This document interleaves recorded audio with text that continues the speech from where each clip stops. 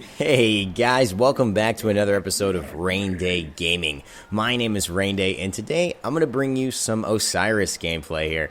This is a game I recorded just a few days ago during the Halloween themed arena match of the day called Frankenfight. Everyone was able to be the Osiris Frankenfight skin, which is a play on Frankenstein. I hope you get that by now, but if not, that's what it is, the famous reanimated monster here. So the skin is gorgeous. These are his abilities here. If you don't know a little bit about Osiris, I'll walk you through what that means right now, but this is just some cool gameplay because I really don't show off a lot of melee warriors on the channel. As you guys know, I love my mages and my hunters and all that kind of stuff, but don't do a lot of melee characters, and Osiris is a really fun high defense auto attack kind of god. He represents a class of character that really gets in your face, very similar to a Ravon, but I'm putting my abilities here to quick cast just to make sure that I'm able to go, because everyone is Osiris, and of course we have 75% reduction in cooldown, and we are all starting off with just an intent to go ahead and kill the Osiris here, coming in and trying to tether me here, but I seem to be getting the better of him. I throw my sickle out, and the spirit flail from me comes out, not enough to finish him, but the basic attack does get him. Now my ultimate is not up, so I may die here, and it looks like someone is chasing me, and in Mo sickle goes ahead and takes me down, but we are 2-1 in terms of this engagement. It looks like we've got them low, they've got us low. We finish off the kill on the left-hand side, but our guy jumping out, he stuns the Osiris, going in on us, and amazingly escapes with very little health here. And so I decided to go pick up Sais, a very good item on Osiris. He's a basic attack god, so really helping him to build defensively and to build so that his basic attacks, his attack speed really increases as much as possible, and he can make the most bang for his buck. Sais is a great item for him. You see two of us going here against Shuri, dude, and my spirit flail comes out, and I finish him with my ultimate there. I think it is called, I forget what it's called actually, Broken Afterlife, something like that. That actually might be his passive, but And you know, if you haven't played Osiris, it's a very, very good thing to understand how he works. Basically, he slows people in a variety of ways, gaining movement speed himself, and then also stunning if they stay too long. And then with that leap as a finisher, as a healer reduction, I'm actually, looking at this kit and saying, why is this not picked up more? Because it's really good, and especially with the meta being so anti-healer.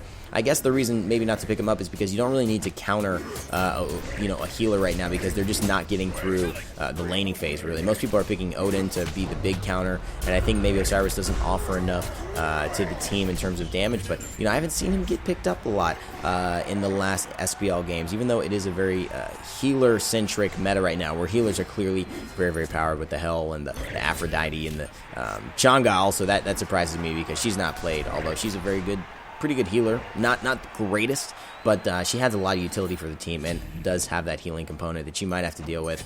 But it's very situational, so definitely not as much of a surprise. But I still would expect to see her in a game or two. You see the Osiris coming over here onto the other Osiris. I grab my sickle strike on him and hit him with the spirit flail to slow him for an additional 40%. We are basic attacking him now, and he wants to get away, but the three of us go ahead and take him down. Captain Dodd, go ahead and getting my kill there, and this is a very funny match, because over the last little while, we see here actually us all going and getting onto their Osiris. As you see, over the last little while, I've been looking to try and finish off the Osiris, but not enough to go ahead and finish him off. I want to wait here because I know someone is a little bit low. If I can land my sickle strike and then a spirit flail to finish him off, I will go ahead and get myself another kill. We're leading 11-5 here, and as you can see, one of the Osirises decides to say, come on, man, let's play. So I say, all right, you know what, let's play. I turn around, and I go ahead and throw my sickle strike on him with a spirit flail, but it does not work to slow him the additional percent. But however, I do get it the second time, hit him with the sickle strike, and force him off my teammate, who's able to go ahead and back successfully. Now, this is a big defense here. We got to go ahead and stop this giant minion, but actually, they've got to go ahead and stop this giant minion. My bad. I'm sorry, guys. That was ours, and we go ahead and see the aggression here on the Osiris Mo sickle, who had killed me in the beginning of the game. He uses his ultimate to retreat as we chase him with ours, but it's just not enough. We've got a couple of reinitiations here coming from us, and the tether is strong, stunning that Osiris as I hit him with the sickle strike and the spirit flail, going ahead and hitting him with another spirit flail. Can we finish him off? I use my ultimate to get near him and ultimately just take him out of the game. Now I have a little bit of time here to go back, buy my next item, because I am 3-1. I've got about 2,000 gold in my pocket, feeling good, like I got money to spend, going down Broadway. And just looking, hey man, which shop, doing some window shopping, what do I want to pick up? I decided to go with some Witchblade, some attack speed, some physical attack defense, and that debuff, of course, making everyone else's attack speed that much slower when I am around, being a very, very nice item in this match. It's a little bit chaotic, but I'm actually finding my way here. I'm getting a lot of kills, I'm getting in good spots, the tether comes out, I miss my spirit flail, which probably would have gotten him close to death, and I might have then jumped into his base to go ahead and kill him, because that's how these games tend to go. I'm trying to retreat here. I've got my ultimate to get me out safely, and although he is chasing me still, as you can see on the mini-map in the top right corner, I am not able to be caught, and he goes and tries to find someone else to go and pick on, especially with my passive here, allowing me to move through minions. Once I use all my 8 abilities, I am actually allowed to move through minions, not walls or anything like that, but minions and other players is something that I actually am allowed to move through. So it's very, very interesting. Allows me a lot of flexibility when pursuing other characters. Normally, you know, body blocking is a thing, and a very big thing in Arena, because those minion waves are relentless and continuously coming. But now I'm able to move through as much as I want, and it lasts for about 6 basic attacks. So as you can see, that effect is gone. I get my killing spree there. I'm 3 in a row. I should be 4 and 1 at this point. I hit him with the Sickle Strike Spirit Flail combo, slowing him, increasing my movement speed, but he jumps on me in return, so I go ahead and hit him with my Sickle Strike, and CWIS009 gets the kill, and Galaxy Fist goes ahead and takes down Captain Don. I gotta say, these names are entertaining. These are just some interesting names when you actually think about it and look at it. But yeah, I guess Raynday is kind of interesting as well. I shouldn't be judging people's names. But yeah, we're going back here. I'm actually kind of just waiting. I think I'm fixing something on my computer screen here, and I go ahead and head back into the match. But this time I'm actually realizing just a moment, looking at the screen, Seppuku Time. Oh, I know that name. Seppuku Time, one of my viewers and people who engage on stream, and I played some viewer games with him actually on the channel and on twitch.tv/Raynday, and you know, it's very funny. I keep seeing him in all of these arena matches, so this is the second time I've actually seen him. The first time, I didn't know it was him, and he messaged me after game, started saying, "Hey, Raynday, what's up?" I was like, oh, hey, somebody, you know, knows the channel, and I looked at his name, I'm like, oh, what, Seppuku Time? I know you, yeah, you are on stream. And so then this is the second time. So it was pretty funny. He didn't know I was recording this game, which is the way I like to keep it. The way I like to keep it. Make sure everybody plays the way they need to play. But that won't stop me from going ahead and trying to kill him or as many Osirises as possible as I go ahead and pursue this Osiris here who got away from me. But I say, you know what? I'm going to hit you with my Sickle Strike, buddy, and my Spirit Flail. Oh, wait, no, I'm not. Oh, wait, yes, I am. Oh, wait, no, I'm not. Oh, wait, yes, I am. I'm going to finish you off with those basic attacks. The classic struggle, trying to finish someone off in Arena, just juking the heck out of me, making me feel like I'm a silly goose, and that happens all the time, I gotta tell you. And I gotta say that Arena is a great way to work on the little things in your game. Team fights are the competitive nature of Smite. I mean, you know, you can learn how to farm and do the rotations and the jungles and all that good stuff. You can learn how to do that, right? I mean, it just takes a little bit of reading, a little bit of patience, a lot of practice, but you can figure out how to do that. The team fights are things that I think Arena is a fantastic thing to utilize, and that's why I really like Arena as a showcase for a God's ability and a practice on those little things. You know, hitting people when they're retreating, and you're questioning, do I go in or do I wait? Am I putting myself and my team in a bad position? Am I going to be someone who, you know, basically does a little bit too much harm and going too hard, or am I just doing the right thing and giving my team, you know, that aggressive push that they need to go ahead and finish off a couple kills? So that's always the question. I go ahead and have the speed buff here on me, which is really nice with Osiris, again, being that auto attack heavy god. I'm going on Seppuku Time here, forcing him back. He's scared. He doesn't want any Raynday. He knows what's up. There you go, Seppuku. You better back it up, man. I don't care if you watch my games. It's going down. It is going down. Now I see over here the Frankenfights pressing up, trying to make a little bit of a stand here, moving as a group. I found that the way to get the most success in this game was kind of whoever moved as a group and kind of picked one target and stayed with that target. Look at this madness. Was really able to do it, and I just like to stay in the back. I mean, you see me, I'm throwing my Spirit Flail, I'm throwing my Sickle Strike several times in a row, and just getting all that area damage, and no one is, touching me. So by the time I get into this fight, I've got basically full health. They have no chance against me and another dude. He goes ahead and leaves, and I look for the double kill. I get one. I can't get the second, but I do tether him, and now he's forced to either jump away or he's going to get stunned in just a second here. And he does get stunned, and we go ahead and pick pick up the kill. CWIS009 picking it up with that Spirit Flail, his number 2. For those of you who are interested at this point in just how Osiris works, like I said, he's a basic attack god. Really what the key for him is slowing characters with his combo with his 1 and his 2. His 1 applies a slow, it applies a debuff for 3 seconds, and if you actually hit the 2 while someone has the 1 on them still, while that 3 seconds is going on, and it looks like I might be dying here, but I'm able to jump out, avoiding the extra damage. The Osiris is pursuing me. I am trying to go. You see these sick, the Spirit Flow comes out and takes me down, shuts me down, brings my score to 6-2, and unfortunate not to finish that off, but as I was saying, if you go ahead and hit someone with the Spirit Flail, his number 2, while they have the Sickle Strike in it, it actually turns from a 20% slow to a 40% slow. So it turns into a dramatic double slow, basically, doubling the amount they're slowed.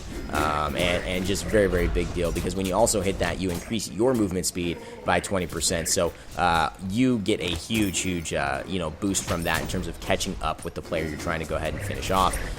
Chin Sais just being a great item because it takes off that passive, 4% of the god's health on every strike. So, that's a very, very big amount of health that you're constantly taking off. A few more basic attacks, the more basic attacks you can do in that scenario, the better. I go ahead and finish off Seppuku time. Sorry, buddy. I know you're a viewer, but it's not going to work. And as you can see, look how fast I caught up to that Galaxy Fist Osiris there. And look, he's avoiding me, doing a good job, but I'm going to pick him off. You know why? Because I said I had to. I told myself I would. I told you guys I would, and I'm going ahead and aggressed here. They're looking to find me, but I've got some really good cover. Can I make it out? I have my teammate here. He's helping me out, and I'm able to go ahead and distract them with a couple of other teammates. You go ahead and try and kill them. Not me. I'll run back to base. You handle with these guys.